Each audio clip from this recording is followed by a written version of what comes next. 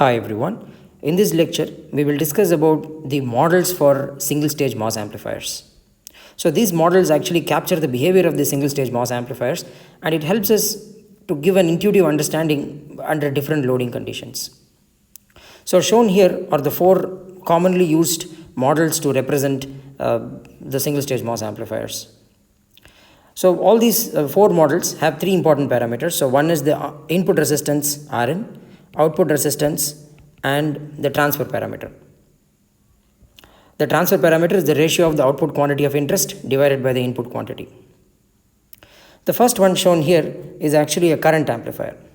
So for this circuit, current is an input, II is an input, and the output is an amplified version of the input current. So normally the output is a load, RL. Okay, so the output of interest is also current. Now because the current has to take in current or measure, or in this case it is sampling current, the source which will be connected to this amplifier, we want all the source current to entirely flow into the circuit. It has to measure, take in entirely all the source current and then amplify it.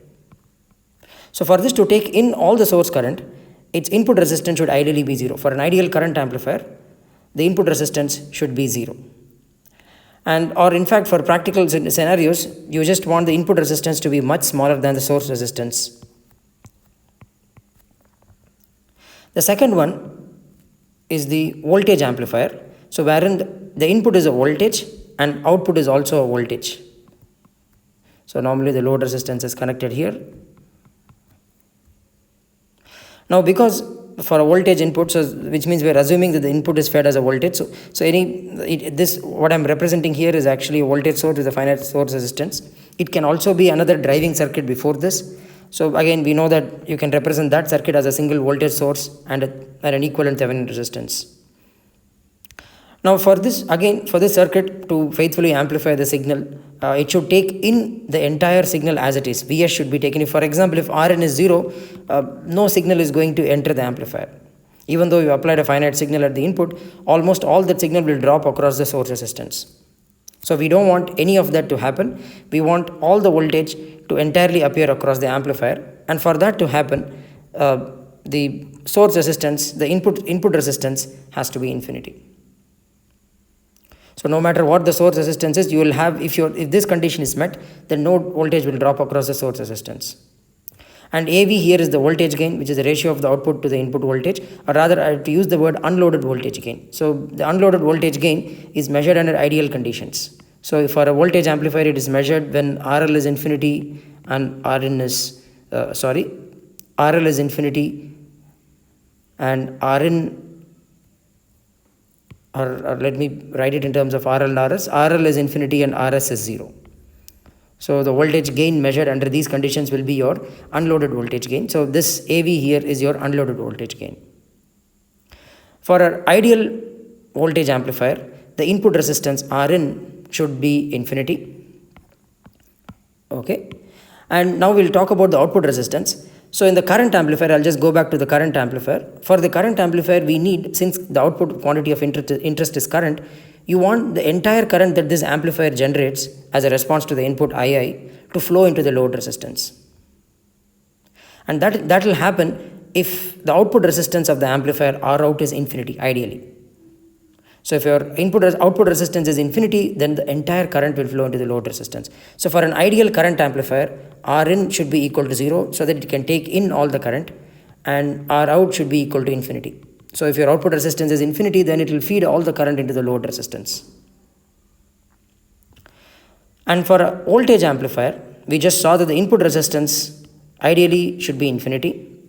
And the output resistance, since it is connected in series with the quantity of interest is voltage, so your load resistance appears in series with the voltage source and the output resistance. For us, we need to, the circuit should actually deliver this entire voltage, the amplified version of the input voltage, entirely to the load resistance. And for that to happen, ideally, the output resistance should be equal to 0. So for an ideal voltage amplifier, input resistance should be infinity, so that all the voltage appears across the input, and output resistance should be 0 so that all the voltage appears entirely across the load resistance. So there will be no drop across the amplifier itself. I mean the output resistance of the amplifier itself. The third one shown here is a transconductance amplifier, which is what we will most commonly encounter in this model, the transconductance amplifier model, more accurately captures the single stage MOS amplifiers, as we will see in the course of this lecture.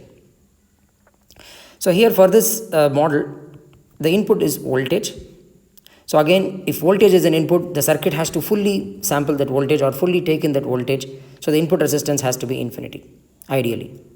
And output is current. The output quantity of interest is current, and the transfer parameter in this case is output current divided by the input voltage is transconductance, GM. So since the input quantity of interest is voltage, so the input resistance should be infinity, or it should be much greater than the source resistance. And the output resistance should ideally be infinity again. So for a transconductance amplifier, ideally input and output resistance should both be equal to infinity. So input resistance is infinity because voltage is an input, it will take in all the voltage. Output resistance should be infinity so that all the current that this amplifier generates should entirely flow into the load resistance. So that condition is satisfied if your Rout is infinity. But typically for practical values, if your Rout is much greater than, if your Rout is much greater than RL, then the entire current will actually flow through the load resistance. So here the output quantity of interest is purely current, not voltage. Okay, only this condition, only then, in that case this condition holds. The fourth model shown here is a transresistance amplifier or a transimpedance amplifier. So for this amplifier, the input is current. So because input is current, you have to take all the current into the amplifier. So input resistance ideally should be 0. And the output is voltage. So the output is voltage, and the ratio of voltage to the input current, output voltage to the input current, RT here is the unloaded or the trans resistance. So when you make your RL as infinity and RS, in this case RS will also be infinity because it appears in parallel with the current source. So when you measure that, it's an unloaded gain. RT will be I haven't mentioned it, it's assumed. GM, every quantity here, GM, the current gain AI here, or the voltage gain, all these quantities are unloaded transfer parameters. You don't load them, so you don't apply an RS or RL and then measure it. Now the fourth one is transresistance amplifier. So ideally the input resistance should be 0 and the output resistance should also be 0 for this, so that all the voltage entirely appears across the load resistance. Now out of these two models, as we will see, the models that we will be using more for modeling the single stage MOS amplifiers are the transconductance model, the transconductance amplifier model, or the voltage amplifier model. So input is mostly voltages. So since we are mainly interested in voltage amplification here, the input will mostly be voltages, and we'll pick the two cases where the inputs are voltages. So that is voltage amplifier where voltage input, voltage output, and here it is a transconductance amplifier where voltage is an input, current is the output. Okay, so for a transconductance amplifier, output resistance is very high. So that's what I'm trying to say here. So first we'll start with the model of a common source amplifier. So we have already derived this, so I'll go pretty fast so that we'll go to the final conclusions, which are more important, which are more important outcomes of this lecture. So the first common source amplifier. So again, to find the parameters, the input impedance is infinity because you're looking into the gate. So Rn is infinity in this case. The output resistance is measured at the output port by grounding the input, and that's going to be simply R0. And the unloaded gain is simply the open circuit gain of the circuit, which will simply be minus GMR0 times Vi. So that's what minus GMR0 is the unloaded gain times Vi is the voltage. Now I can do a Thevenin representation, I can just, Thevenin to Norton transformation, or this is called a source transformation, where a voltage source and resistors in series can be converted to a current source and resistance in parallel. Now again we get, this is the transconductance amplifier model. We have reduced this to a transconductance amplifier model, and we can see that the transconductance is GM and the output resistance is R0. Again, we can actually find the transconductance parameter directly from this circuit. So to find the transconductance parameter, so you will have to make RL as 0. So you're supposed to short it and measure the current flowing here by applying this voltage fully at the gate. So that will come out to be GM. Okay, I've shown the polarity sign here. Sign is reversed in this direction. You will have a current GMVI flowing in this direction. So that's why GMVI is shown in this direction. So this is drain and this is source. So it flows from drain to source. Now if you look at a common source amplifier, we'll see how better it approximates a voltage amplifier. For a voltage amplifier, Rn should be infinity. Input resistance should be as high as possible. So which is fine. So input resistance is met. That condition is met. Gain, again, it's a parameter. It should be sufficient. It should be greater than 1 or equal to 1. So that doesn't matter here. So mainly we should look at both the input and output resistances. The output resistance in this case is actually R0. So R0 for a single MOS device is the highest resistance you can get out of a single MOS device in saturation region. So it's not really a good, ideally we wanted R out to be equal to 0 for an ideal voltage amplifier, so that the entire voltage will fully appear across the load resistance. So now if I'm going to connect a load resistance, the gain is going to be reduced by a factor of RL by RL plus R0. So because your R0 is generally high resistance in saturation region, so here it's not really a very good voltage amplifier. On the other hand, if you see the transconductance model, Rn is infinity and your R out is also reasonably high. Okay, so yes, it behaves better as a transconductance amplifier. Okay, so we'll towards the end of this lecture we'll conclude under what should be the necessary values of RL under which this circuit will give us faithful amplification of the input signal. The next one is the model for a common gate amplifier.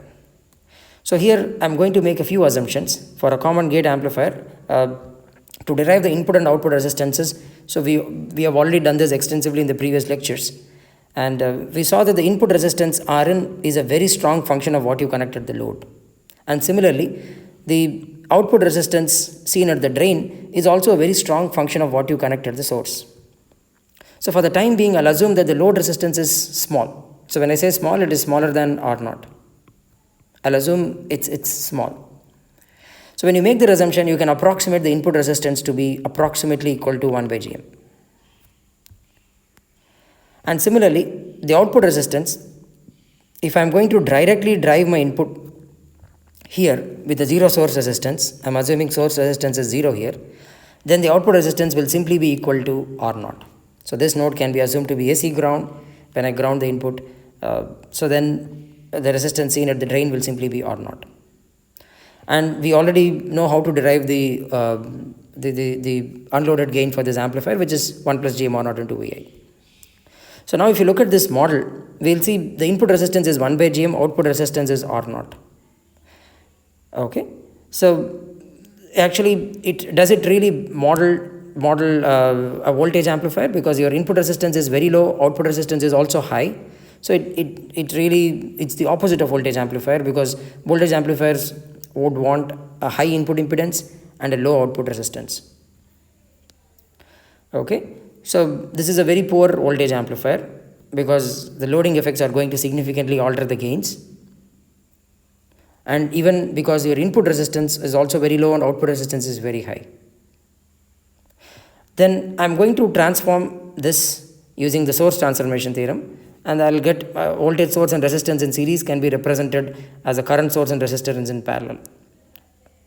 So then we'll simply get Gm approximately, this is approximately GMVI, and the output resistance will simply be R0. So if you look at this model, it better approximates a current amplifier. A common gate amplifier better approximates a current amplifier because your input impedance is low, output impedance is high, so it better approximates a current amplifier. It takes a current at a very low impedance and delivers that current to a load resistance at a high impedance. So it's an ideal current amplifier. But if I drive this input with a 0 source resistance, I'm going to drive this input without any source resistance, then yes, I can say that it also approximates a transconductance amplifier.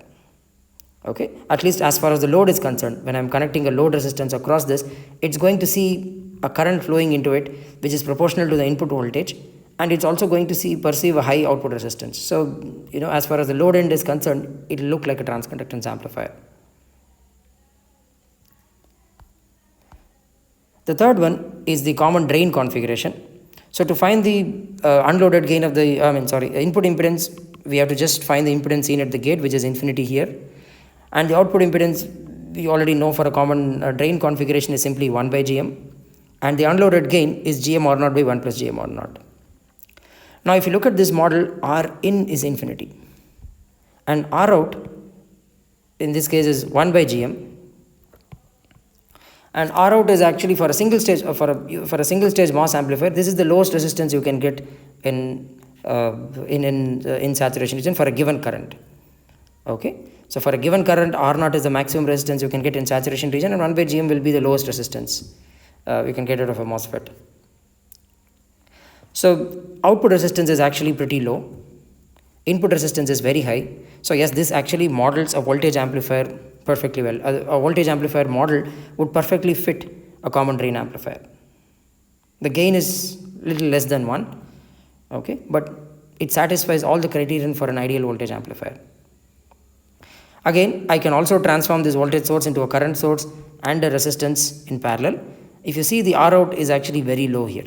So it really doesn't model as a very good, you can't use a transconductance model to approximate a common drain amplifier because your output resistance is very low. So it doesn't behave as a very good transconductance amplifier. So now to summarize, we have seen here the common source amplifier. If you see a common source amplifier, input resistance is very high, output resistance is also very high. So it better approximates transconductance amplifier model is more better approximates the behavior of a common source amplifier. And a common gate amplifier, we just discussed, a current amplifier model better suits it. Or if I assume I'm driving it with a voltage source, then even a transconductance model works fine for it. A common drain amplifier, on the other hand, is the closest that we can get to an ideal voltage amplifier model. It has high input impedance, which is infinity, and a very low output resistance, which is 1 by Gm. Now that we have understood the models for these amplifiers, so we'll start understanding the behavior of these amplifiers under loading conditions. What happens when I have a finite source resistance? So we know for common drain and common source amplifiers, the input resistance is infinity. So because the input resistance is infinity, there is no effect of source resistance. Source resistance has no effect on the gain of the amplifier, okay, for low frequency gain of the amplifiers. But common gate amplifier actually has a very low input resistance. So I can assume, again, these assumptions, I'm just assuming that the load resistance is small. So for a common gate amplifier, you get the input is at this node, the voltage at this node is going to be 1 by 1 plus Gm Rs times the input voltage. So you will see a slight attenuation in voltage. Okay, so common gate amplifier, because of its low input resistance, if I'm going to use it as a voltage amplifier, then I will see some reduction in gain due to the finite source resistance. Now the next one, how do we fix this problem? I mean, now that we discussed the individual models, so can we fix the low input resistance of a common gate amplifier? So what shown here in the circuit is that we just cascaded it with a common drain amplifier before the common gate amplifier. Now by doing so, what we have done here, what we have accomplished here, is that the input resistance is now infinity. Now to find the output resistance, we'll have to ground this and see the impedance looking in this node. So the impedance looking in that node is actually 1 by Gm. So you can just quickly refer to the expression for a source degenerated MOSFET. The output resistance will be R naught plus Rs into 1 plus Gm R naught. So if I assume Gm R naught much greater than 1, so then this will simply be approximately 2 R naught. So your output resistance is 2 R naught, and you can very easily verify the unloaded gain of this amplifier will simply be exactly equal to Gm into R naught. So that again can be easily derived. So if you look into the gate into the source of this amplifier, the resistance seen here is infinity because your drain is open. We have already discussed this. And the voltage gain from input to this point is actually Gm R naught by 1 plus Gm R naught. So that times the intrinsic gain of a common gate amplifier, which is 1 plus Gm R naught, will simply be equal to Gm R naught. So if you now by cascading a common a common drain amplifier at the input, we have now converted a common gate amplifier into at least approximated to a voltage amplifier. Okay, the input resistance has now become infinity, but the output resistance is still very high. So if I do a Thevenin to Norton conversion, as you can see here, the transconductance parameter will be Gm Vi by 2. Again, this can be very easily verified. We'll come to that. But if you see here, I've converted a common gate amplifier, which was actually a very poor transconductance amplifier because of its low input resistance. Now we have modified it to a better, a configuration where it better approximates a transconductance amplifier. Input resistance is infinity, output resistance is also very high. Okay, now it behaves very similar to a common source amplifier. High output resistance, high input resistance. Now to find the, I've written Gm Vi by 2, we can directly derive that using the source transformation theorem. So this voltage divided by the resistance will give you the transconductance parameter. But you can also derive it from the circuit itself. You can actually, how do you find it? You just have to ground this and measure the current that is flowing here by applying an input voltage here. So since I have grounded at this point, the impedance seen at the source will be 1 by Gm. So if I connect a load resistance of value 1 by Gm to a common drain configuration, I'm going to have attenuation or voltage gain from gate to source will be half, okay, times Gm into Vi will be the current that's going to flow through this. So that's where you get the transconductance parameter as Gm by 2, okay. So that's what is written here. So by doing this modification, we could actually convert a common gate amplifier which had a very poor input resistance to a good transconductance amplifier. Now the next thing is, we'll see the behavior of these amplifiers with a finite load resistance. Now we know that from the previous analysis itself, once we add a finite load resistance, we are going to have a reduced gain. So that will be the unloaded gain times this factor, RL by RL plus R out. Now I'll take an example case where RL equals R naught. If RL is equal to R naught, so for a common source configuration, since we have connected a load resistance of value R naught, the gain will become half. It will reduce by 6 dB. And similarly, for a common gate configuration, it will reduce by 6 dB. And here I'm assuming for a common gate configuration, there is no source resistance. I'm ignoring in this, all the derivations, we are assuming RS is 0. Okay. Of course, for common source and for common drain, the expressions will remain more or less the same. They won't change with source resistance, but for common gate, the gain will change with the source resistance. So for RL equal to R naught, I'm trying to say that the gain actually reduces by 6 dB for both common source and common gate. But for common drain amplifier, the gain doesn't really reduce that much. I mean, you can very quickly verify the common drain amplifier, as far as the load is concerned, can be represented by a Thevenin model, Gm R naught by 1 plus Gm R naught times Vi, and approximately the output resistance is 1 by Gm. So if you see, the load resistance is actually R naught. R naught is actually much larger compared to 1 by Gm, and it's in fact intrinsic gain times larger. I mean, Gm R naught is intrinsic gain, the product Gm into R naught is what we called as the intrinsic gain. The load resistance in this case is actually intrinsic gain times larger. So you can assume that most of the voltage appears across the load resistance as it is. And since if you assume Gm R naught much greater than 1, you can say the common drain amplifier remains more or less the same, it's 1. Now by the loading effect analysis, what we have seen here is the common drain amplifier is less sensitive to load variations. I mean, you can connect the load resistance, you are not going to see much changes in its gain. So here is an important factor to understand, an important point to understand. The load resistance here for this amplifiers, for any voltage amplifier, the condition for the amplifier to give you faithful amplification, for them to behave like good voltage amplifiers, is your RL should actually be at least in the order of R out, or should be much greater than R out. Okay. If this condition is met, then you are going to have very good voltage gains.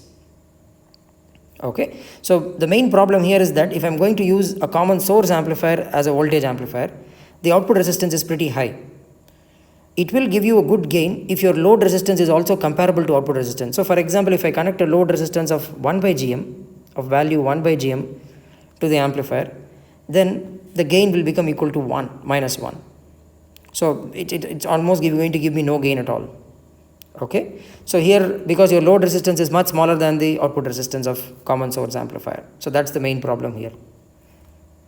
So how do we convert the common drain and common gate amplifiers with very poor output resistances to ideal voltage amplifiers? So what we can do here, shown here, is we can actually add a common drain amplifier to the output of the common source amplifier. By doing this, if you recall the previous lecture on common drain amplifiers, we discussed a common drain amplifiers approximately delivers whatever voltage is fed at the input to the output, but the resistance is completely different. The resistance seen here, the output resistance here was R0, but here the resistance seen here will be 1 by gm. So previously for a common source amplifier, the gain was approximately, it was gm R0, output resistance was R0, but now after the addition of a common drain amplifier, the output resistance becomes 1 by gm. Again, the gain is approximately minus gm R0. There is a factor of gm R0 by 1 plus gm R0. I'm assuming that's close to 1. So a common source amplifier can be converted to a voltage amplifier by cascading it with a common drain amplifier. Now to convert it, to voltage amplifier, again, just to refresh your memory again, so the input resistance is already to infinity to begin with, so we don't need to do anything there. So it already behaves as a voltage amplifier as far as the input port is concerned, but the only problem was with the output port.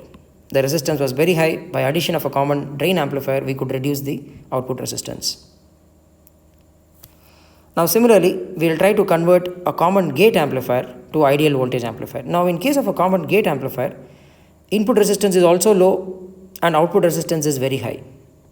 So to solve that, I'll first use a common drain amplifier at the input and a common drain amplifier at the output.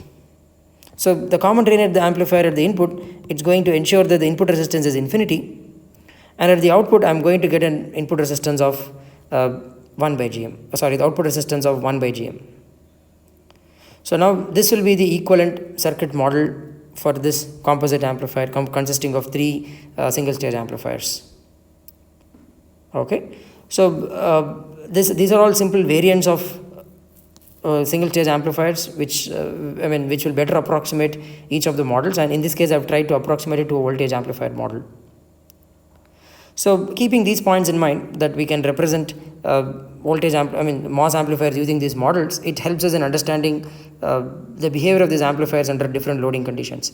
So the important takeaway points from this lecture is that for these transconductance amplifiers, what I'm trying to say here is both the common source and common gate amplifiers give you voltage gains greater than 1. In case of a common source amplifier, input resistance is fine. The only problem is its output resistance, which is very high.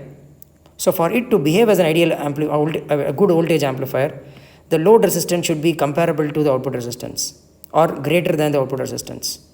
If it is smaller, then your voltage gain is going to be significantly reduced.